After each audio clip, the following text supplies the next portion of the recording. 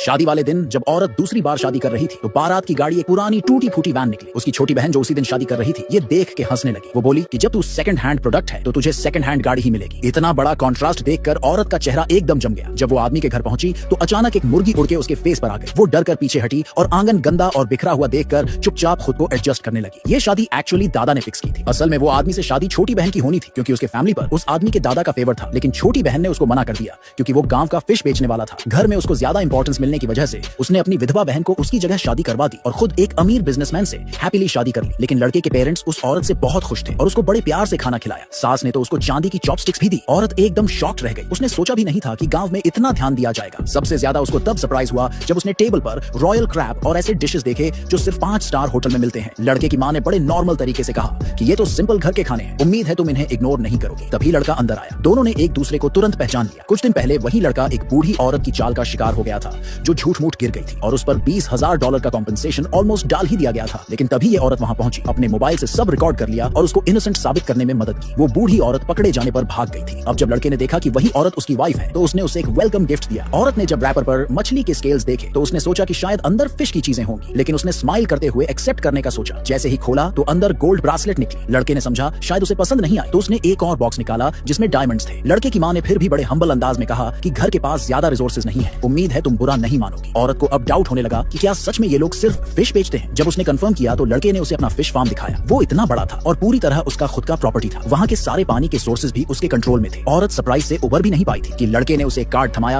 और बोला कि इसमें कई सारे पैसे हैं, इसे जैसा चाहे वैसे यूज कर लो। जब उसने औरत को थोड़ा हेजिटेंट देखा तो उसको लगा शायद ये कम है, इसलिए उसने प्रॉमिस किया कि वो आगे से अपनी पूरी इनकम उसी को देगा। औरत ने उससे पूछा उसका ईयरली इनकम कितना है तो उसने कहा कि बुरे सालों में भी 1 अरब से ऊपर जाता है और ये भी सिर्फ बिना फैक्ट्रीज और इन्वेस्टमेंट्स गिने हुए। तभी औरत को पता चला कि वो एक्चुअली एक बहुत पावरफुल फैमिली में आ गई है। उधर छोटी बहन की जिंदगी बिल्कुल अच्छी नहीं थी। अगर वो सास को थोड़ा जोर से मसाज भी कर देती तो सास उसको मार देती थी। सास तो उसको क्लैन के फ्यूचर की धमकी देकर अपनी बात मनवाती थी। अगले दिन लड़का अपनी वाइफ को एक बहुत ही क्लासी पार्टी में ले गया। औरत डिलीवरी वाली ड्रेस में ही चली गई क्योंकि बदलने का टाइम नहीं मिला। उसे समझ ही नहीं आ रहा था कि उसे क्यों बुलाया गया है, लेकिन उसे शॉक तब लगा जब उसने अपनी बहन को वहीं देखा। बहन ने तुरंत उसे पहचान लिया और बहुत ही मीन तरीके से इंसल्ट करना शुरू कर दिया। वो बोली कि एक डिलीवरी वाली की यहाँ कोई जगह नहीं और उस पर वाइन का ग्लास फेंक दिया। औरत अब और सहन नहीं कर पाई और गुस्से में उसे पागल कह दिया। उसने बोला कि वो बस किसी का वेट कर रही है, लेकिन बहन ने उस पर विश्वास नहीं किया, उल्टा उसे थीफ कहने लगी। जैसे ही बहन की नजर औरत की गोल्ड ब्रेसलेट पर पड़ी तो उसने बोला कि ये चोरी की है। औरत ने समझाने की कोशिश की कि ये उसके हस्बैंड का गिफ्ट है, लेकिन किसी ने उस पर भरोसा नहीं किया। तभी बहन ने ब्रेसलेट छीनने की कोशिश की और खींचतान में एक चेन नीचे गिर गई। बहन ने उसे उठाया और शॉक हो गई क्योंकि वो दुनिया में यूनिक पीस थी। वो पूरी तरह कन्विंस्ड हो गई कि ये चोरी की चीज है। उसका हस्बैंड भी गुस्से में आ गया और अपने आदमी को बोला कि औरत को सजा दो, लेकिन जैसे ही सिचुएशन डेंजरस होने लगी